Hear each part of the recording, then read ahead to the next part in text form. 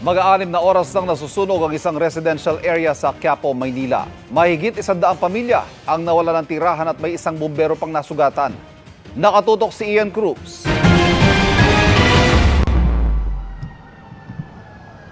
Balot na makapal na usok ang residential area na nasunog magtatanghali kanina sa Globo de Oro Street, Quiapo, Maynila. Magkakadikit itong residential buildings na may 3 o 4 na palapag ang taas. Sa drone video, mas makikita ang lawak ng sunog. Kita rin ang bayanihan ng mga residente na tumulong na sa pag-apula ng apoy. Ilang minuto lang, iniakyat sa ikalawang alarma ang sunog. Si Aling Noraida, labis ang pag-iyak dahil naaburaw ang lahat ng kanilang gamit.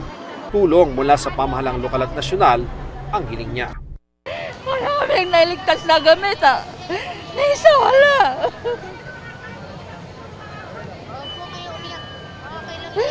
Kasi pinasukan ng apoy yung sa bintana.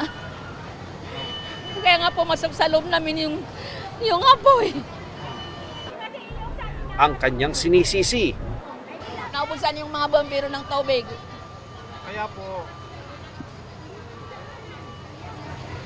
Sana po tulungan niyo kami. Yung mga gamot ko po na hindi ko nailigtas, sana nailigtas ko yung gamot ko na maintenance. Mayroon pa akong maintenance sa gamot. Nasunog na. Marami po tayong tubig. Siyempre, pag yan po ay ginagamit na natin, may pagkakataon po na naubos yan, kailangan po mag-refill po tayo. Kaya pinakausapan natin yung mga tao, magbayanihan po tayo. Napakalakas pa rin ang usok dito nga sa nagaganap na sunog sa Globo de Oro dito sa Quiapo sa Maynila. Kaya naman tulong-tulong yung lahat ng mga rumisponding bumbero para maapula na ang apoy. May narinig pa raw na malakas sa pagsabog ayon sa isang residente. Nasunog muna bago pumutok na malakas.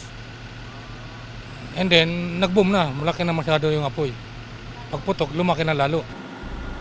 Aminado ang mga bumbero, nahirapan sila sa pag-apula ng apoy dahil komplikado ang layout ng istruktura sa lugar. Kung titingnan niyo po yung building, pag akyat niyo po sa hagdanan, marami pa siyang may mga nakahambala ng mga structure. Kasi hindi mo maano kung saan ang diretso niya sa dami ng structure na sa loob, nakalagay. Magka-3 oras na ang sunog, makapal pa rin ang usok kaya di na mapakali ang ibang residente sa lugar. Namataan din namin na naglilikas ng gamit ang mga residente sa bubong ng katabing gusali sa takot ng tahanan nila matupok na rin ang apoy. Ayon sa BFP Manila, isang bomberong naitalang sugatan pero nasa maayos na raw na kondisyon.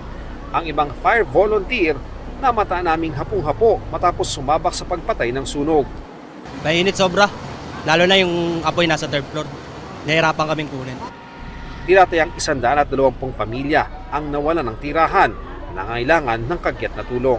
Inaalam pa ang sanhi ng sunog na sa 3 palapag daw ng isa sa mga bahay nagsimula. Para sa GMA Integrated News, Ian Cruz, nakatutok 24 oras.